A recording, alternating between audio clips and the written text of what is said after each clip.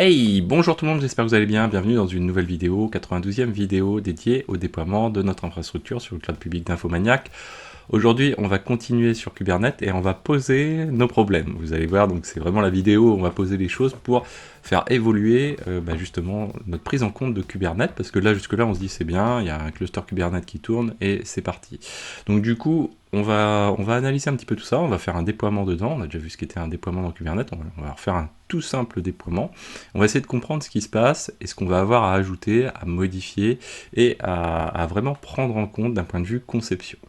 Alors avant de commencer, si vous n'êtes pas déjà abonné, rendez-vous sur la page d'accueil de la chaîne Xavki, vous tapez dans YouTube Xavki, allez vous abonner, ça permet de soutenir la chaîne, mettez un petit like, commentez au passage, faites coucou, et puis si vous voulez vraiment me soutenir, vous pouvez cliquer ici, vous voyez, sur rejoindre, ça vous permet d'avoir accès à toutes les vidéos qui ne sont pas encore publiées, il y a à peu près 20% tout le temps de vidéos qui ne sont pas publiées sur la chaîne, et de me soutenir au passage, voilà, c'est à vous de voir. Vous avez plein, donc j'ai essayé de classer un petit peu les choses par thématique. Vous avez plein donc ici de playlists dédiées à l'orchestration, automatisation, DevOps, industrialisation, conteneurisation, observabilité, sécurité, reverse proxy, message queue, base de données, etc. Donc je vous invite à aller voir ça, et puis en bas là je vous ai partagé des playlists qui me semblent intéressantes parce qu'elles sont soit bien faites, alors bon il y a celle de la chaîne, ça vous les mettez de côté, mais les autres vous avez le MIT, vous avez Computer Science 50, je crois que c'est Harvard si je dis pas de bêtises, donc il y a plein de choses très intéressantes. Alors c'est parti, donc du coup aujourd'hui on va poser les bases. Donc première chose, qu'est-ce qu'on a sous le coude? J'ai relancé donc l'installation complète du cluster qui s'est fait one shot, donc j'ai pas eu de soucis.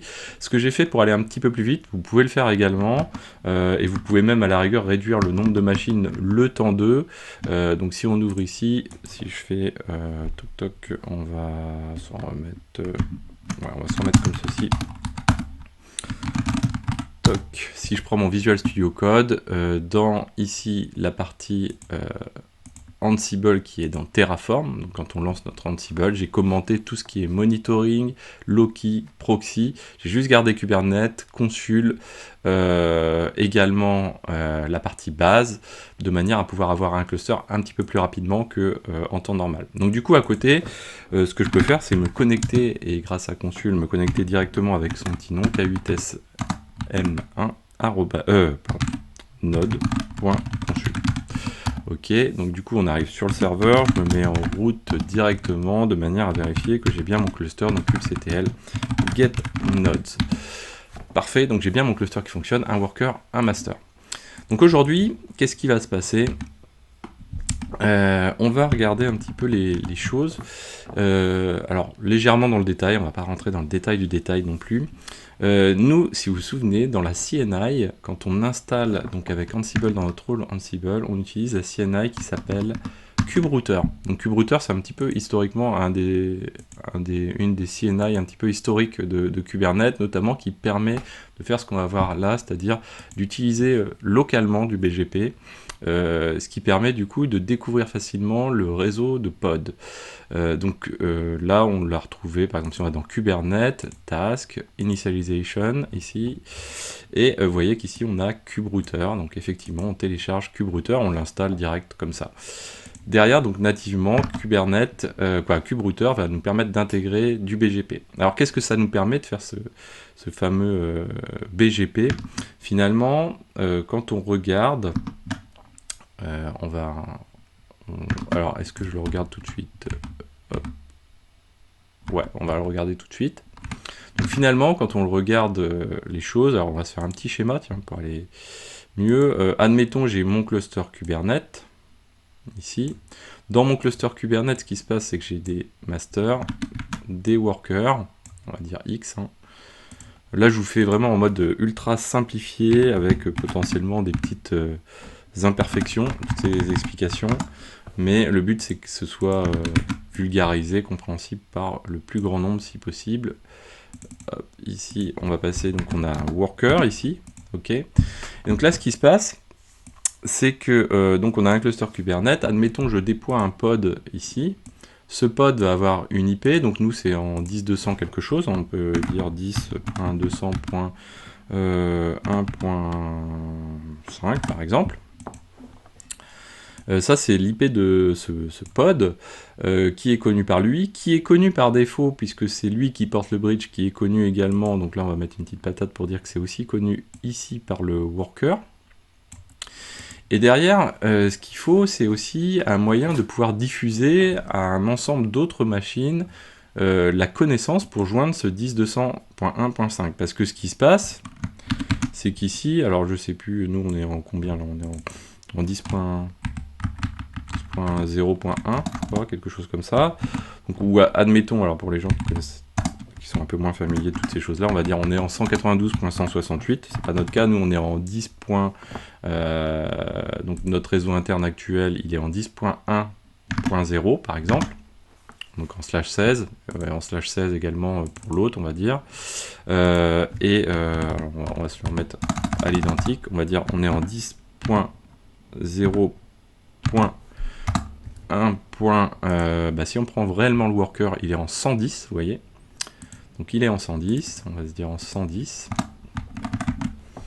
Et là, ce qu'on veut, c'est que finalement, donc déjà, on sait que notre worker est capable de joindre via son bridge le 10.200.1.5, puisque c'est lui qui le porte, donc il n'y a pas de souci.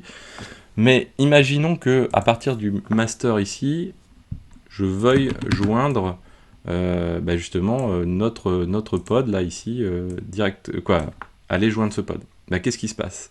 Le problème, c'est que si je prends la table de routage de base du master, elle va pas intégrer du 10.200 quelque chose. Donc le 10 si je fais un curl, comme on va faire tout à l'heure, sur 10.200.1.5, ce qui va se passer, c'est que je vais même pas sortir ici, c'est que je vais prendre la route par défaut, qui va faire, écoute, moi t'es gentil, le 10.200.1.5, je sais pas où l'emmener. Donc ok, donc là ce qu'on a besoin, c'est finalement un outil qui va nous dire, ok, pour tout ce qui est 10.200.1.5, tu vas te rendre sur le 10.0.1.110 qui lui va permettre de te router ensuite vers, puisqu'il le connaît, donc c'est du routage simplement, vers 10.200.1.5, ok. Donc ça c'est une chose. On a notre master qui lui bien sûr a sa petite IP à côté. Alors c'est pas anodin non plus, vous allez voir l'IP du master, elle a aussi une petite difficulté à résoudre. Hop là, je suis parti trop loin. Donc du coup, on est en 10. Non, j'ai zappé le master 10.1.52 ici. Et donc ici, la table de routage, c'est-à-dire si je fais un IP route, IPR ou ce que vous voulez pour lister les routes, il va falloir que j'ai ici une petite écriture là pour dire il y a la route qui permet d'accéder à 10.200.1.5 pour aller ici. Et ça, c'est ce que permet KubeRouter via du BGP, en fait. Donc KubeRouter solutionne ça, pas que, mais il permet de solutionner ça, notamment pour pouvoir, derrière, diffuser ces routes, et il utilise du BGP, donc diffuser des routes dynamiques. C'est-à-dire que si je rajoute des serveurs, je vais avoir d'autres routes à annoncer ici, par exemple, à mes masters, et bien il va pouvoir les prendre en compte.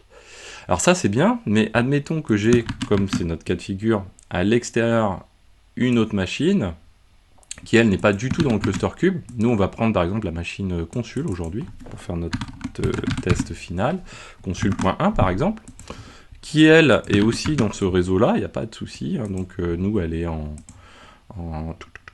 10.1.211, ok. Mais là, j'ai encore un souci, c'est que, ok, KubeRouter, il manage la CNI du cluster Kubernetes, donc pour diffuser à l'intérieur de ce réseau-là, il n'y a pas de souci. Par contre, moi, ce que je veux faire, c'est pouvoir toujours joindre mon 10.200.1.5 à partir de cette machine-là. Et là, on a encore à résoudre une problématique de route, puisque en fait, si j'interroge toujours cette route-là, ici, je n'ai rien, j'ai rien pour me dire, écoute, va vers cette machine-là pour faire du 10.200.1.5. Donc là, la méthode consiste à se dire, ce qu'on va faire, c'est qu'on va pousser vers les masters, parce que nous, ce qu'on ne veut pas, c'est avoir à répliquer toutes ces routes-là en permanence. Alors je vous expliquerai qu'il y a un moyen encore plus simple, c'est possible, mais pas dans notre cas de figure. C'est de se dire, nous on va se baser sur des serveurs un peu fixes, par exemple les masters, Et ces masters, on sait que leur IP, ça va être, par exemple ici, 10.0.1.52. Et donc ce qu'on va faire, c'est qu'on va chercher à rajouter sur ces machines-là la route pour aller de cette machine consul 1 vers le master qui lui après est en mesure, puisque dans ses routes il connaît la route pour aller vers 10.200.1.5, il va être en mesure de pouvoir faire transiter les paquets pour pouvoir y aller. Alors pour faire ça c'est bien, mais là c'est pas KubeRouter, vous voyez, parce qu'on est en dehors du cluster, c'est pas KubeRouter qui va le faire. Une méthode qui permettrait de le faire, ce serait d'éditer à la main ou avec Ansible des routes. Mais vous voyez très bien qu'après, si on rajoute des IP, etc., on va pas être du tout dynamique, ça va pas être terrible. Donc là, pour ça, là, on a quelque chose de très simple, c'est qu'on a notre routeur au sein d'OpenStack qui existe, donc nous, il s'appelle RT1. Et bien, dans ce routeur, ce qu'on va faire, c'est qu'on va aller rajouter ces fameuses routes statiques. Et comme derrière, notre consul 1, lui, de toute façon, il est connecté au routeur pour pouvoir envoyer son trafic quelque part. Bah, quand il va dire, OK, moi, je veux joindre le 10.200.1.5, il va envoyer ça à son routeur. Le routeur, il va faire, si nous, on rajoute la route qui va bien, il va faire, OK, moi, tu m'as dit que, donc ce qu'on appelle le hop, ici, ça va être de passer ces paquets-là à 10.0.1.52, qui va être en mesure de les router vers 10.200.1.5. Et avec ça, finalement, bah, on a bouclé notre boucle, parce que nous, ce qu'on veut, c'est juste gérer en interne le trafic. Et ça veut dire qu'on est en mesure de pinguer ici, par exemple, donc en dehors de notre cluster Kubernetes, on va être en mesure de pinguer, pourquoi je dis pinguer, en mesure de communiquer avec 10.200.1.5. Alors après, il y aura un autre truc cool qu'on va être en mesure de faire, c'est qu'au-delà de pinguer, c'est que les serveurs, ici, les pods ici, ce qui pourrait être assez sympa, c'est de faire comme on fait avec notre consul agent. Donc souvenez-vous, notre consul agent ici, à chaque nouveau serveur, il va nous créer une entrée, et on bénéficie, comme on a fait notre SSH ici, là, juste au-dessus, on bénéficie d'une adresse DNS en consul. Ce qui serait cool, c'est de pouvoir faire ça à la fois pour des pods, et puis pour les services du cluster Kubernetes. C'est là où on va installer, alors pas tout de suite, on va aller installer ensuite, on va aller installer ici ensuite un agent qu'on appelle consul catalogue dans notre cluster Kubernetes.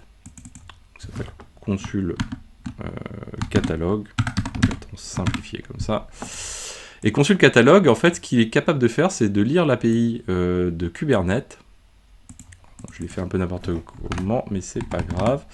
De lire l'API de Kubernetes et de faire remonter à notre cluster consul, bah ça tombe bien, lui c'est le cluster consul, donc faire remonter à notre cluster consul, ici, les nouveaux pods, les pods qui sont à supprimer, les services, les nouveaux services, les anciens services, quoi, ceux qui sont à supprimer, les IP qui leur correspondent, et du coup, consul, lui, quand c'est comme ça, il va générer un DNS à chaque fois.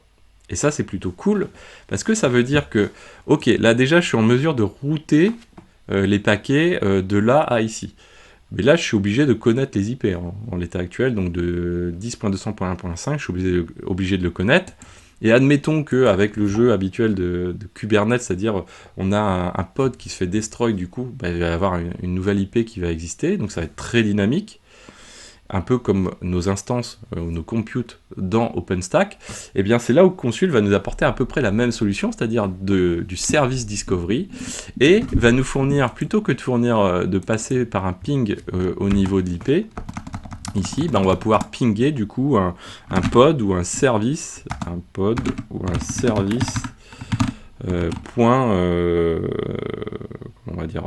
service.consul par exemple, donc avec un DNS qui va prendre en compte, donc un DNS dynamique qui va prendre en compte les vrais IP qui sont derrière. Et ça, c'est plutôt cool. Donc du coup, on se retrouve avec quelque chose de très dynamique qui va permettre de joindre de n'importe où de notre infrastructure des pods et des services. Alors, comme en plus on est à l'intérieur de notre infrastructure, on peut faire le choix, et c'est ce que nous on va faire, mais c'est pas forcément quelque chose qui est recommandé ou recommandable. Comme notre cluster ici n'est pas joignable, il n'est pas public, hein, il est vraiment privé, on est sur nos ranges d'IP privés, et bien derrière, nous on va se passer de ce qu'on appelle un ingress controller, qui est finalement une sorte de reverse proxy dédié à notre cluster kube, parce que finalement, l'équivalent d'un ingress controller en interne d'infrastructure, si on n'a pas besoin de choses plus élaborées à base de HTTP, donc de parsing par exemple d'entête HTTP, parsing de route, etc. Eh bien on va se passer de ce routeur là parce qu'on va pouvoir envoyer directement notre trafic par ici en passant en TCP.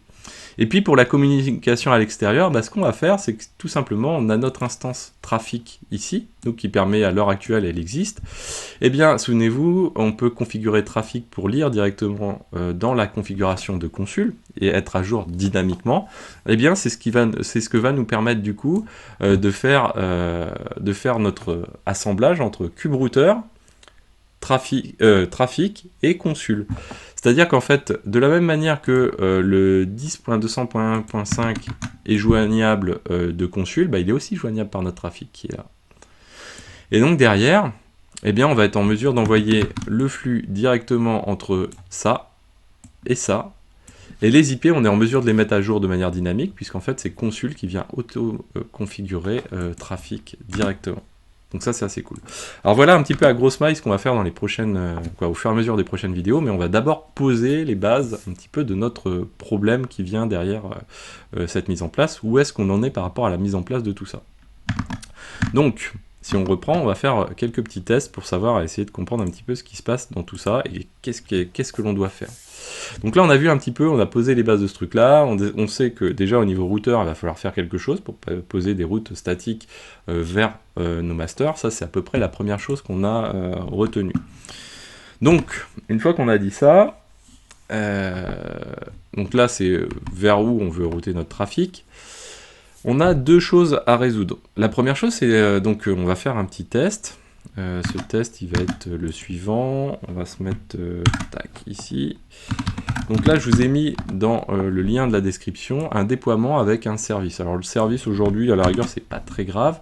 Donc sur les services, c'est un petit peu différent le routage parce qu'on passe pas par les routes ici, mais on passe par iptable. Si vous vous souvenez, on en a vaguement parlé, qui va permettre de router du master par exemple vers, ou de n'importe quel nœud du cluster vers le service en question, qui lui est capable ensuite de router vers les pods qui correspondent. Donc c'est un petit peu plus particulier, mais ça fonctionne aussi un petit peu de la même manière, de manière grossière. Alors, donc du coup, ici, on est sur notre master, on va faire un vim, on va créer un fichier deployment.yml.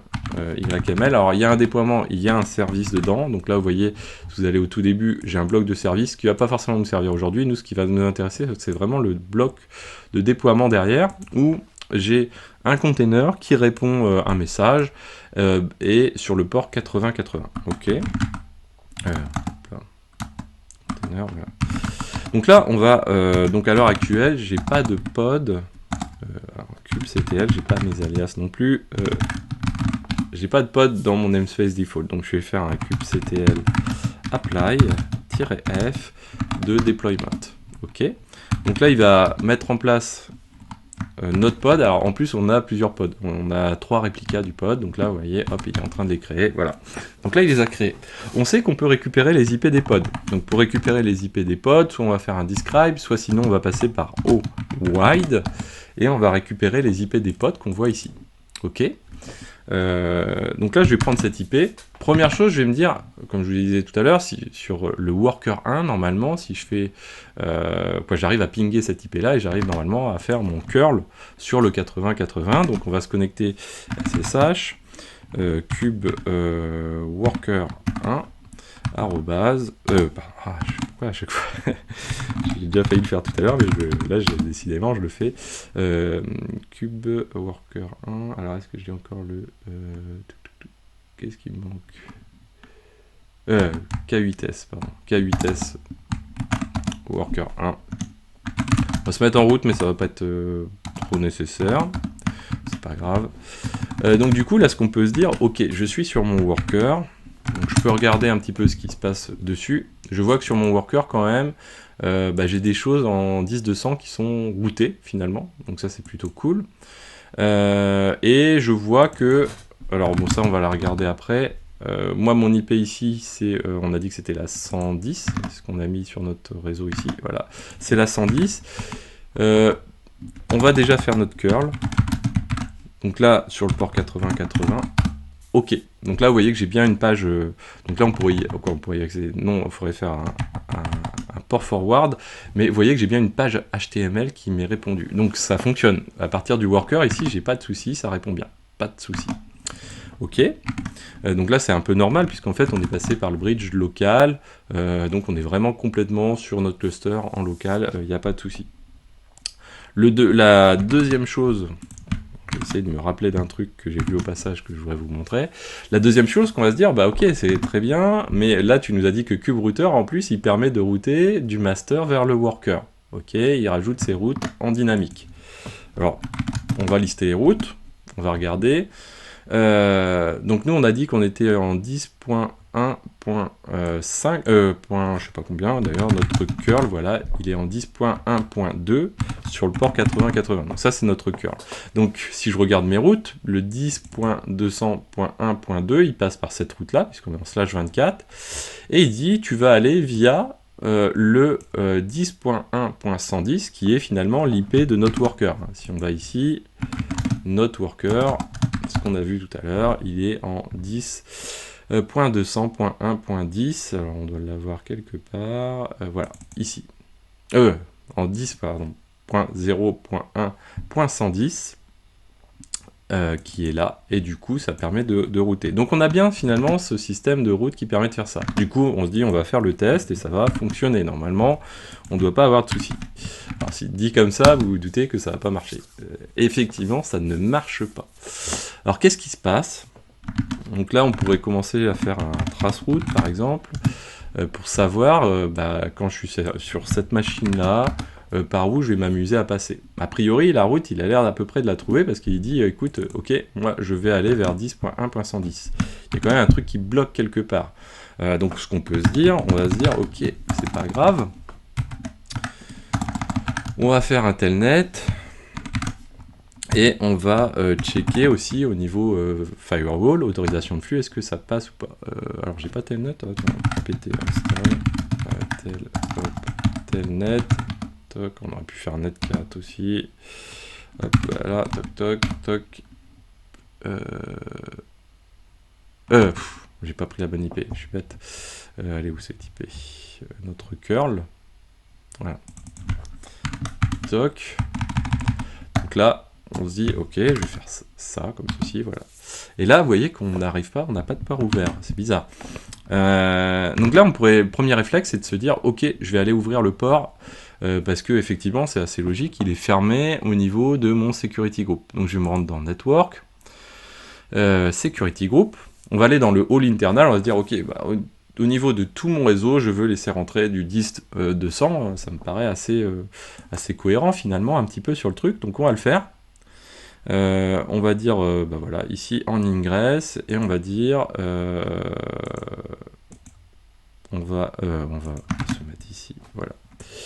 On est en 10.200.0.0/16, tiens, hop, mince, qu'est-ce que j'ai bricolé? /16, voilà, comme ceci. Et on va dire qu'on prend all TCP, tiens, on va prendre en ingress. Ok, très bien, ça me paraît pas trop mal, on va l'ajouter. Donc là, normalement, il est en train de rediffuser les règles partout pour toutes les machines qui disposent de hall internal. Nos workers et nos masters ont ces policies-là, donc du coup, si je continue, ça devrait marcher, mais ça ne marche pas. Ok, donc ça vient d'autre chose. Donc déjà, on va supprimer la règle qu'on a mise, parce qu'a priori, ça n'a pas l'air d'être la solution à notre problème. Alors, qu'est-ce qui se passe maintenant? Donc là, on a dans OpenStack un système de sécurité, en fait, qui permet de dire, par exemple, quand je suis... nous, on est juste entre ces deux flux-là. Au niveau de OpenStack, ici, il y a des ports, en fait. Donc on a une adresse MAC pour affecter l'IP 10. Donc on va zoomer un peu, l'IP 10.0.1.110. Donc on a un port ici. Et ce port, il est porté par une adresse MAC virtuelle, pour le coup. Et il permet d'associer une IP qui est la 10.0.1.110. Il a une règle, ce port-là. Donc là, je vous fais une petite flèche comme ça. Il a une règle, ce port-là, pour dire... Alors quoi, je ne fais pas de flèche, ça sert à rien. Pour dire, écoute, tu ne laisses rentrer... Donc il filtre ici. Il a comme un firewall.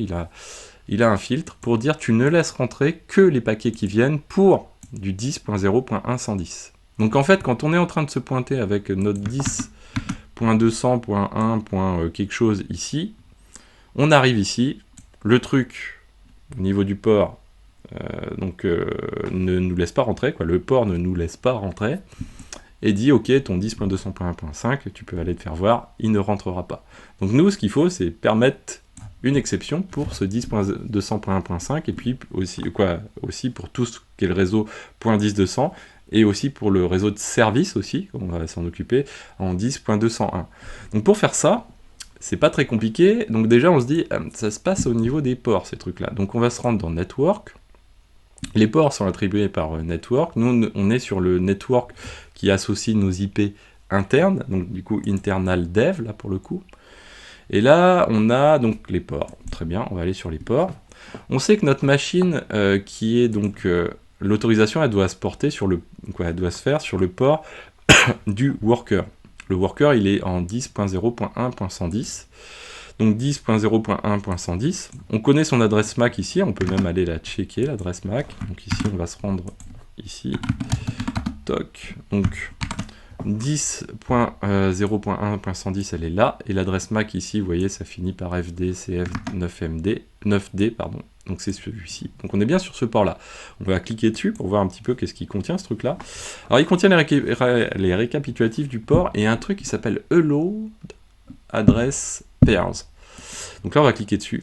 Et en fait, c'est ce mécanisme-là qui permet d'autoriser la règle de flux qu'on voit ici, là, finalement, d'autoriser des IP supplémentaires en dehors de l'IP qui est porté strictement par ce port. Donc nous, le 10.200.0.0/16, on va venir le rajouter ici. Donc on va dire qu'on autorise à rentrer du 10.200.0/16.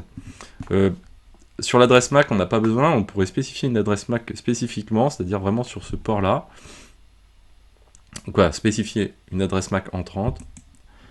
Là, on va l'autoriser, et là, ok. On va rajouter aussi, ce qu'il faudra faire, là, aujourd'hui, c'est pas ce qui va nous servir, mais on va rajouter aussi les services qui sont dans un range d'IP différent, donc en 10.201, et on va le faire comme ceci. Ok, donc là, on va se dire que, du coup, là, on vient de faire ça.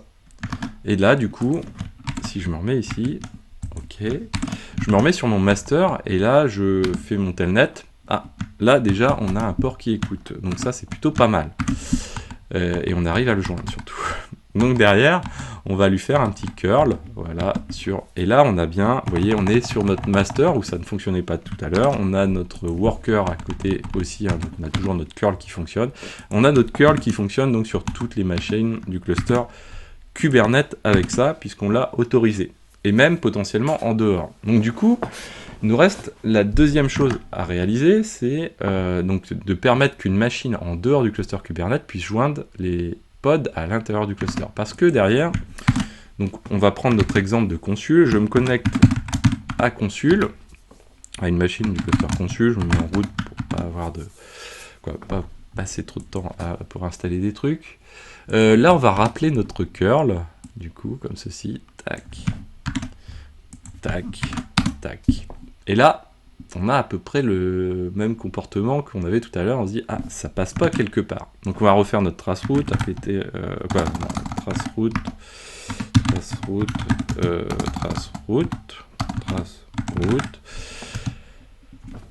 Décidément, à force de le dire, on le répète. Traceroute, voilà. Donc nous, ce qu'on veut, c'est joindre cette IP là. Tac, tac, tac. Et là, on arrive jusqu'au routeur en 10.0.1.1, c'est-à-dire notre RT1. Lui, il est en 10.0.1.1, hein, notre routeur. C'est lui qui manage les routes de notre réseau. Et là, vous voyez qu'on n'arrive pas à aller après. Ça passe pas, on n'arrive pas à faire les hops qui suivent et qui permettent du coup de se rendre. Nous, ce qu'on veut, c'est arriver à notre fin ici, mais pour faire ça, il faut passer par ici. Donc du coup, on a des routes à rajouter sur notre routeur. Donc on se dit, ok, bah du coup, go sur le routeur, tout simplement. Donc là, on va se mettre comme ça, je vais copier ça. On va aller sur le routeur, on n'en a qu'un, donc c'est pas très compliqué. RT1, ok, on clique dessus. Ah, static route, donc ça c'est plutôt cool. Et on va venir lui rajouter add static route, très bien. On vient lui rajouter ici le range d'IP. Alors tout ça, l'idée derrière, je vous pose bien tout le problème, parce que derrière, l'idée, ça va être d'automatiser un petit peu tout ça, et de marquer les choses. Next hop. Alors là, du coup, on dit que le réseau qu'on veut joindre, c'est 10.200.0.0/16, et next hop. Next hop, c'est le serveur qui va nous permettre de rebondir pour pouvoir accéder à ce 10.200.0.0/16. Alors là, c'est soit on donne les workers. Le problème, c'est que les workers, comme on a vu, on l'a fait lors de la vidéo précédente, on va peut-être les scaler, du coup, il va falloir les rajouter à chaque fois et tout, donc ça va être un petit peu relou. Donc c'est pas forcément la bonne option. On sait que nos masters, eux, par contre, normalement, ils vont être à peu près fixes. Leurs IP peuvent changer si on les remplace, mais ils vont être à peu près fixes. Donc du coup, on va utiliser les IP de nos masters pour pouvoir les router, parce que router ces paquets, puisque derrière, on sait très bien que ces masters, finalement, sont en mesure d'envoyer les paquets là où il faut. Ils savent router ces paquets-là. Donc on va faire un IP A.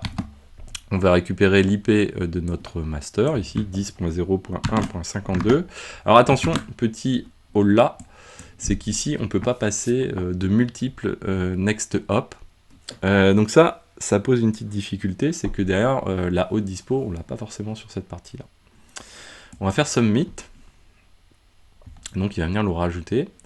On peut rajouter aussi la 10.200... hop là. Qu'est-ce que je fais? Voilà. On va avoir un autre cas de figure, c'est aussi le cas des services. Du coup, point 201, voilà, ici, j'en ai un. 201 comme ceci. Submit. Et là, on va le rajouter. Donc voilà. Donc là, il faut le temps que les routes se diffusent dans notre réseau, mais normalement, c'est relativement rapide. Et donc là, derrière, si on se rend sur notre serveur console ici, et que je relance mon trace route, alors on va peut-être avoir un petit peu de temps, on va faire notre curl peut-être, il faut quelques secondes pour que les routes soient bien diffusées. On va attendre. Normalement, c'est relativement rapide. Voilà. Donc là, ça a répondu, vous voyez, le temps que les routes se diffusent, hop. Donc là, on n'attend pas à chaque fois comme ça, hein, rassurez-vous. Mais là, il n'y a pas de souci, donc ça fonctionne. Je pense qu'on peut refaire notre trace route. Voilà, notre trace route, elle permet de dire, ok, tu veux joindre 10.1.2, tu vas sur 10.0.1.110, du coup. Donc le 10.1.110, c'est qui? C'est le worker qui est là. Parce que le master entre les deux a fait ok, là, tu vas là-bas, les routes du master elles sont connues du routeur et du coup tu vas là-bas. Parfait. Donc là on a fait notre truc que l'on veut faire. Donc ça sous-entend quoi? Ça sous-entend derrière il va falloir ajouter les the load adresses là, donc adresse pairs. Donc ça il va falloir les rajouter sur nos ports ici. Ça sous-entend il va falloir rajouter la route sur notre routeur, ok. Après, on a notre popote à faire avec Consul, ok. Alors, le petit truc qu'il y a derrière, c'est que là, on vient de tirer le gros lot, en fait. Donc, on vient de tirer le gros lot. Pourquoi? Parce que si on va sur nos fameux pods tout à l'heure, là, les adresses load, tac, tac, tac, ici. On va prendre notre port qu'on avait ici, voilà. Adresse load, là, ici. Ok, très bien. On se dit, ok, je vais dans Terraform. On va même rechercher directement adresse load pairs comme ceci. Ok, déjà là il y a un truc qui commence à pointer le bout de son nez, c'est que ok, bon, déjà vous avez vu que je les ai consultés. On va les ouvrir. Donc on va ouvrir quelque chose qui fait référence, c'est le port. Effectivement, c'est sur le port qu'on veut le mettre. Jusque là, pas trop de soucis. Sauf qu'en fait, le port, comment ça marche? Parce que le port, en fait, c'est lui qui porte l'IP. Ok? C'est-à-dire que quand on crée un port, ici, on va y associer l'IP interne qui correspond, plus les hello d'adresse. Alors, je ne sais pas si on le voit ici, un cas de hello d'adresse. Tatati, non, là peut-être pas, bon, c'est pas grave.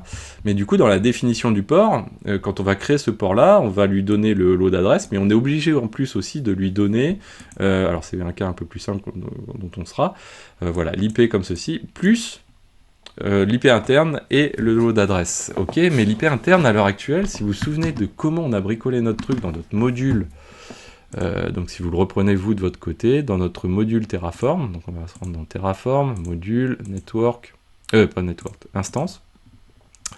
Dans nos instances ici, ok, l'adresse interne, elle est fixée dans cette ressource-là à l'heure actuelle. Ok, donc elle est fixée dans l'instance. Donc dans la ressource Open Compute Instance V2. Ah, alors là, du coup, on a un problème parce que cette ressource-là, on peut rechercher.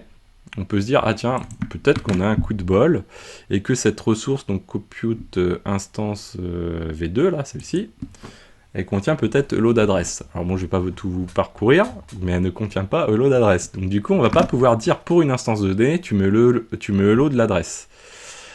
Ok, donc ça veut dire que je vais être obligé ici de créer un bloc de ressources qui va être une ressource de port, que je vais lui définir le hello d'adresse, et bah, du coup, comme je vous disais, il va falloir que je lui définisse aussi l'IP interne. Et ensuite que je fasse l'association entre ça,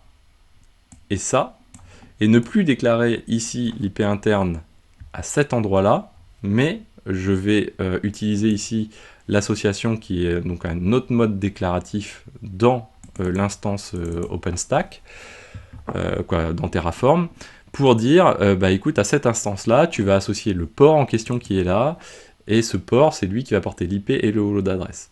Alors on va le voir quand on va éplucher dans la prochaine vidéo cette refonte finalement de notre module, ça va être la version 2 de notre module, c'est que c'est même un peu plus compliqué que ça, parce qu'en fait les ports, il va falloir travailler avec les ID de port. Donc il va falloir réinterroger les ID de port, retrouver les ID de port en interrogeant donc les fameuses data sources de Terraform pour OpenStack, récupérer des ID de port, lister, vérifier si ça n'existe pas déjà, et enregistrer ça dans notre instance juste en dessous. Donc il y a un petit taf qui est finalement donc vraiment une vraie, sur cette juste modification hello d'adresse, il y a une grosse modification de notre module instance à faire. Donc là on partira sur un instance V2, le temps de développer. Alors normalement, quand on développe, on fonctionne un petit peu autrement, on reverra ça parce que du coup là on commence à se dire ouais les modules c'est bien, mais comment je fais pour gérer les versions de modules. Donc là, on va faire une version, on va dire un peu à l'arrache dans Terraform, ce qui est toujours possible, c'est-à-dire de se créer un deuxième répertoire qu'on va appeler instance V2, et ça va nous permettre de développer la version 2 de notre module instance, mais vous vous doutez bien que dans la pratique, si on fait de l'infra as code, il y a le terme code dans ce terme-là, ça veut dire que derrière on peut gérer finalement nos modules Terraform un petit peu comme des librairies de code avec des versions et pouvoir les mettre à jour et appliquer ça quand on le souhaite. Donc ça, c'est quelque chose qui est important. Et bien voilà, donc du coup ça, et après là ça va être de l'ordre du facile, il va falloir aller modifier dans notre partie network ici, alors où est-ce qu'il est situé? Si dans notre partie network, normalement on a notre routeur RT1 qui doit se promener, on a routeur interface, je sais pas où il est, mais il est quelque part notre routeur, variable nom, routeur ID... on l'a quelque part. Pourquoi je le vois pas? Bizarre. Ok. Alors des fois mon Terraform nous joue des tours. C'est un peu comme dans Harry Potter. Tac tac tac. Terraform. Ah si ouais. C'est pas dans le module network, c'est à côté du module. Qu'on va le retrouver dans network. Donc vous voyez là on a le module network qui est le package ici. Mais juste au-dessus avant on a créé en ressource simple un module RT1. Et donc c'est sur lui qu'il va falloir rajouter. Donc là on va avoir un mode pour déclarer sur ce routeur des routes statiques vers notre master en question. Et là, ça tire aussi à un autre sujet, mais qui lui, on sait déjà le résoudre, c'est que, ok, c'est très bien ce truc de se dire, j'ai associé une IP là, du coup, à ces hello adresses et à ces routes statiques. Maintenant, pas aux hello d'adresse, pardon, aux routes statiques. Donc j'ai ajouté donc une route ici sur mon routeur, mais il ne faut pas s'amuser à ce que l'IP qui est là, elle change tous les 4 matins. Donc là, ça tombe plutôt pas mal parce qu'en fait, dans notre module, alors dans sa version actuelle, mais dans la future version, on va conserver cette fonctionnalité-là. Dans notre module qui est là, tel qu'on avait prévu le truc, c'est qu'on avait prévu de pouvoir fixer potentiellement, ce qu'on n'a pas trop utilisé jusqu'ici, mais de pouvoir fixer les IP internes. Et donc du coup, ça, on va pouvoir utiliser cette fonctionnalité-là pour dire que l'équivalent du 10.0.1.52, eh bien, un des masters, mais en tout cas les masters Kubernetes, est toujours un range d'IP fixe, et on y trouvera toujours des masters. Comme ça, on sait que le hop qui est là, lui, il sera toujours effectif, et ce sera plutôt pas trop mal. Voilà. Donc, ça va être l'objet des prochaines vidéos, faire ces petites évolutions-là. Alors, on va voir si on fait en one-shot ou en plusieurs, parce que ça fait... il faut prendre les choses, surtout la petite évolution par rapport au lot d'adresses pairs, qui est assez un petit peu plus tricky. Mais on va faire ça tranquillement, à notre rythme, comme d'habitude. J'espère que cette vidéo vous a plu, n'hésitez pas à la partager, à mettre des pouces bleus, à commenter, à vous abonner à la chaîne, c'est une manière de me soutenir. Parlez-en autour de vous et je vous dis à très bientôt sur Xavki. Ciao à tous.